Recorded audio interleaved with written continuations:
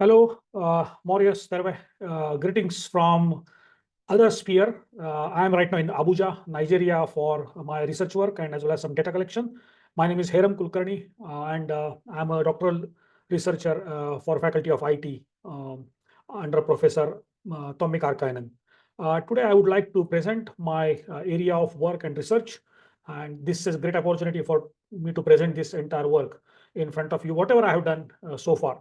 So I have started my doctoral research just an year back, and during this process, whatever I have done, I'm going to present today just for my journey, and I'm going to focus only on one topic, which is out of my three-phase development work. And one of the area which I'm covering right now as a part of my long-term thesis is a curriculum autonomy, a catalyst for continuous professional development. And this particular work has been presented recently at the early conference in Ivascola. So just a brief intro about me. I have been into the field of education technology and leadership for last quite almost for more than 2 decades. I'm a researcher and also a co-founder and director at Council for Creative Education. I have worked with the various different countries for developing the various curriculum reforms, as well as a special mention of the National Education Policy 2020 by the Government of India. So the research work which I'm going to present briefly is a part of the inputs which are coming towards that. I have led a couple of projects in Asia as well as in Africa and also in Latin America. My current area, what I'm working at CCE is on Education 4.0 and artificial intelligence for education technologies. And prior to that, I have been working with Nokia and also with other companies like Accenture and Lucent Technologies. That's in brief. So what is my research motivation and how my journey has been so far? So the background for this particular work goes back to 2017, when Government of India, I was working on a project by Council for Creative Education, and Ministry of Education in India launched learning outcome-based curriculum in the state of Chhattisgarh, which is in the central part of India, in 2017. That gives us a motivation to design a program and a workshop for collaborative learning for almost 1,200 teachers and leaders. And the feedback of almost 28 sessions of 6 hours each, we collected together, and that gives us the input of how to create a detailed program for the learning outcomes based program. This has been an input, and with these inputs, this has been kind of field work for us. But when we came back after that initial workshop of 28 sessions, we realized that this can be a great coursework. So based on that, we launched a coursework on phenomenon-based learning, as well as learning outcomes integration in curriculum. And with all this work, we presented our research with the symposium on the creative education, which was 10th symposium in 2020, and it was being attended globally by many participants across the globe. But that gives me an input that this can be a good research topic. And this has been going on for quite a long time. But then I decided that, okay, this will be my research area. And then I started working on this as an activity by conducting a workshop, how to new possibilities in the learning experience platforms for developing reforms in countries. So my initial workshop has been done, and in 2024, I created my initial results and analysis. My plan is, and in fact, we started implementing LXP, learning experience-based platforms, with PHBL, phenomenon-based learning features. Now it's already in place. We are using it for pilot.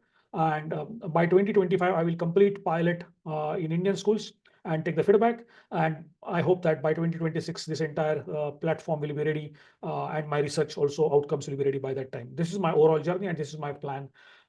You may see this as a kind of a big long journey, but for me, this is a kind of a step-by-step process how we achieve this overall progression. Okay, so I divide my entire reforms work into the 3 phases. And for that, actually, one of the critical aspects when I studied in various categories is the curriculum design. And in the curriculum design, I realized that one of the key area is the curriculum autonomy. So I'm going to only present this case study in 15 minutes about the systematic literature review on this curriculum autonomy, what I studied, and how I'm going to work on enhancing these practices and student learning outcomes, which was a requirement for this Indian curriculum implementation for reforms.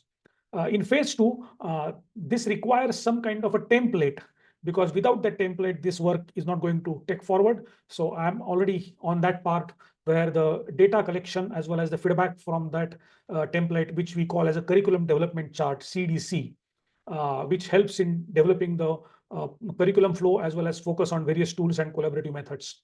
And in phase 3 is various integration of tools and collaborative techniques that will be implemented. So that's the future part, and I'm going to tell you about the future part and what are the action items for that. So this study explores the potential of curriculum autonomy as a part of catalyst for continuous professional development, and introducing this template as a tool to support the student learning. So let's understand the challenges and background for this part. The traditional education system is quite centralized, standardized in India, and it is a decision based on higher administrative levels. Because of this, the curriculum autonomy is quite limited, and freedom granted to the teachers, even if it is there, it is not so been used, even though autonomy is there in practice or on the papers. But it has been shown that the freedom granted to the teachers to design and implement the curriculum impacts the professional growth and effectiveness in the classroom. This has been a kind of a plan for also defining some of the key principles of the pedagogical reforms, as well as teacher autonomy in National Education Policy 2020 reforms by Government of India. And this evaluation of the strategy has become necessity and pressing need to take next steps in taking the reforms forward. So curriculum autonomy offers a promising approach for continuous professional development and in the context of teacher education in India. So this has been also highlighted by this research paper. So to understand this background, as well as to take the research forward, I did a systematic literature review. I used the basic checklist, Prisma 2020, the basic databases we used with the keywords like curriculum autonomy, teacher autonomy, reforms, phenomenon-based learning, because that will come as an implementation pedagogy, and also Indian education. Through initial part, I got also some criteria I defined in the inclusion and exclusion. Almost it gave me around 460 articles with our version of the 670 articles. Okay, disclaimers. Some of the parts of this I have tried to use the typeset and consensus AI based tools, but when I found the initial part of this, then I started reading those papers individually. I did use some of the comprehension features from consensus, but I think that was only at the start. But to understand the real depth of those papers, I used to read the papers in there.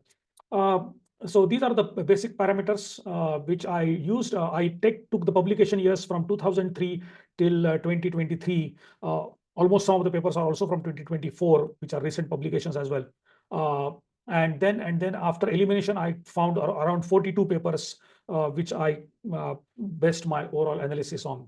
So the levels I selected are mainly the primary and secondary teachers. This is based on the public schools and private schools, and also the professional roles of the teachers, from general classroom teacher to specialized teachers like science teachers, mathematics teachers. And I understood that, okay, that these papers observed the autonomy from highlighting the general teaching autonomy to curriculum autonomy, as well as autonomy in developing their own professional goals, as well as satisfaction and teaching efficacy. But this is a kind of broad approach, but then I found out that some of the areas are more important in this context than the others. I use some of the methods for surveys, but I will come to that part in the latter part, what survey I made out of this. And key themes which are unto the satisfaction of the teachers and teacher efficiency, efficacy on this part. Okay, so here are some of the observations from this analysis. One first observation is on the teacher motivation. So teachers with curriculum autonomy, those who have the autonomy and freedom to develop their own curriculum and implementation of the syllabus, they have higher satisfaction and also commitment to professional development. So these are the couple of key presentations or key papers which highlighted those areas. As well as what is on the top is provide the positive correlation with the proactive approach to the continuous professional development of the teachers, and the teachers who are having the more autonomy likely to engage in the continuous professional development, which has been highlighted by these 5 papers. The references are been given at the end of this presentation. But there is some negative correlation, like slight negative correlation, which is between the sense of ownership. That even having the curriculum autonomy, it is not sure that there is a not. It is expected that that the curriculum autonomy fosters a strong sense of ownership, but also it doesn't give the kind of a strong results for learning outcomes. This has been already been cited in those papers, but the recent publications are not available. So this is the area of maybe recent research to be developed for sense of ownership. And then last is on the alignment of the student needs. So curriculum autonomy enables teachers to design the learning experience that caters to the specific needs of their students. So this has been kind of a 4 areas I have found. So some of the challenges and barriers in this part. First is the rigid centralized curriculum policies. In many countries, including in India, we found that curriculum decisions are made at higher administrative levels with a little feedback and inputs from the classroom teachers, and this hinders the adoption of the teaching practices. This also gives the other reflection that even the policy has been divided at the top. It gives a very limited teacher training and support, where the teachers lack the tools, infrastructure, and as well as they don't have the clear guidance on implementation of those strategies. Obviously, there is a resource constraint, but that resource constraint do not really makes the strong correlation. In fact, there has been some of the examples where instead of resource constraints, some of the teachers have shown the positive approach towards the professional development and as well as using curriculum autonomy for higher learning outcomes. Biggest challenge is the resistance to change, the enhanced culture of centralized curriculum and standardized teaching practices creates resistance for administrators and teachers. Inconsistent implementation, and this has been the major block, where the lack of clear guidelines as well as implementation support, we saw that the directions are like the teachers are directionless, and also there is a not effectiveness in the approach of implementation. And this has been the single most highest factor for developing our next work. So to make things possible, based on our analysis, we designed a simple curriculum development chart. This chart or this kind of a template highlights 3 typical questions that why you should design curriculum in this fashion, what is the content that we are going to deliver, and how will give that covers the pedagogical practices. So these 3 areas which have been given to the teachers. We conducted a workshop which was been conducted across 6 sessions, where we had 6 teams, 5 in each team, 30 teachers. The teachers are from grade 5 to 8, and we conducted this workshop where they took the topics of the individual projects, and they worked on that for, after the initial 6 sessions, they worked for 3 to 4 months. And this paper is also been published recently in one of the conference. The reference has been given at the end. So this has been a starting point for this curriculum design for the and curriculum development chart part. These are some of the glimpses that the workshop was quite active. We used a lot of different methods, and as well as we found that the motivation of the teachers to adapt new processes and new pedagogical practices which are on the paper and during the process of implementation has been consistent. This has been proved with some of the areas.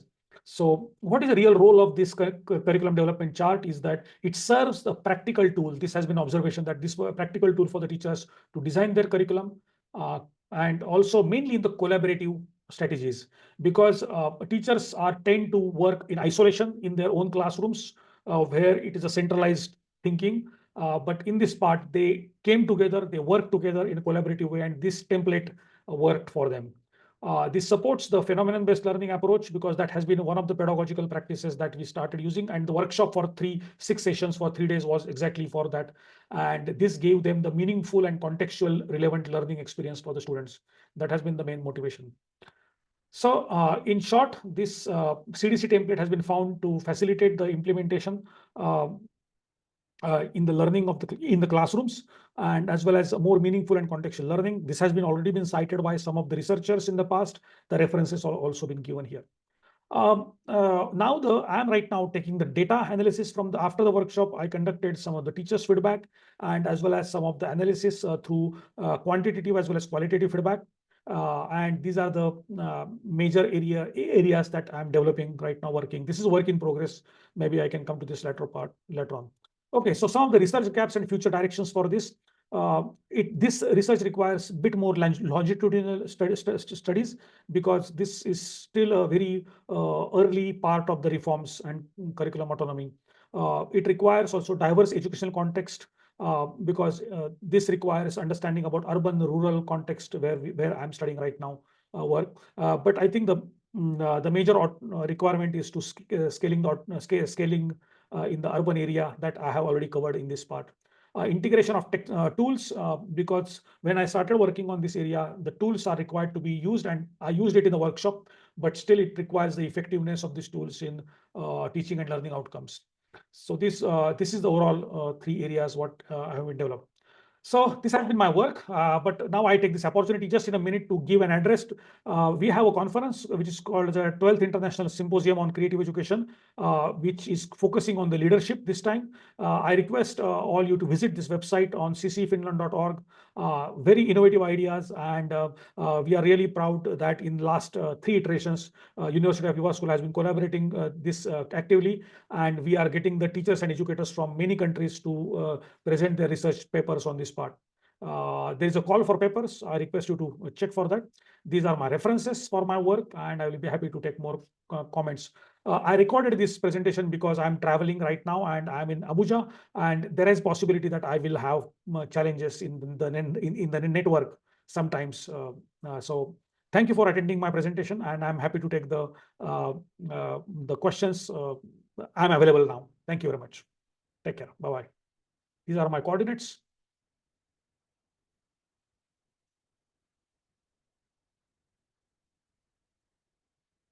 Thank you.